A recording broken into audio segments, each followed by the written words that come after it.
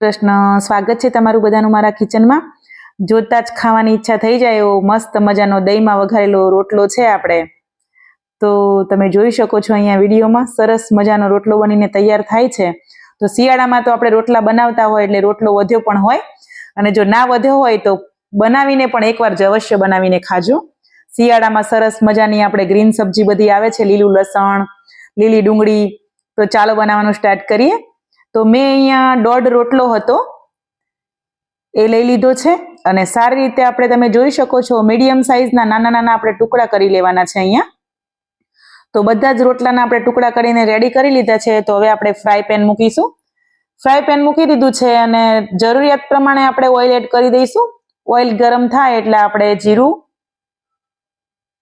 થોડાક મેથીના દાણા, હિંગ એડ કરીશું, અને ચપટી આપણે અજમો પણ એડ કરીશું જેથી કરીને ડાયજેશન સારું રહે।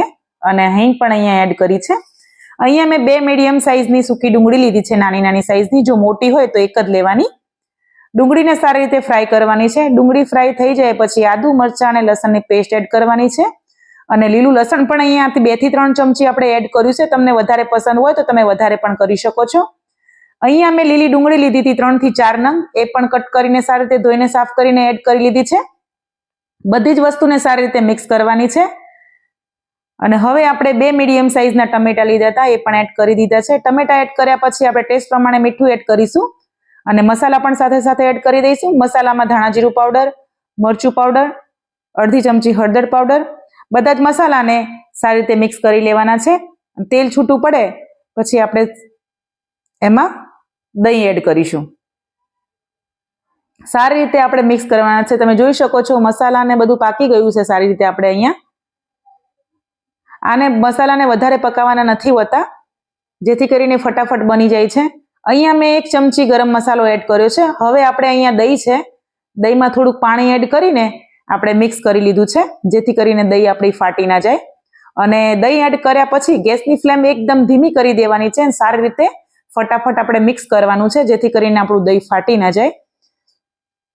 દહીંમાં સરસ મજાનો ઉભરો આવે પછી આપણે અહીંયા રોટલો એડ કરવાનો છે। મેં અહીંયા રોટલાની ક્વોન્ટિટી વધારે રાખી છે, કેમ કે મેં વધારે રોટલો બનાવ્યો છે। તમે ઓછી ક્વોન્ટિટી સાથે પણ આ પદ્ધતિથી બનાવી શકો છો। ખાવામાં ખૂબ મજા આવે છે, ટેસ્ટી બને છે, અને હેલ્ધી તો ખૂબ જ છે। તમને ખબર જ છે બાજરીના રોટલાના બેનિફિટ। તો એકવાર અવશ્ય બનાવીને ખાજો। અને અત્યારે શિયાળો છે તો લીલું લસણ ને બધું ખૂબ ભરપૂર માત્રામાં મળે છે।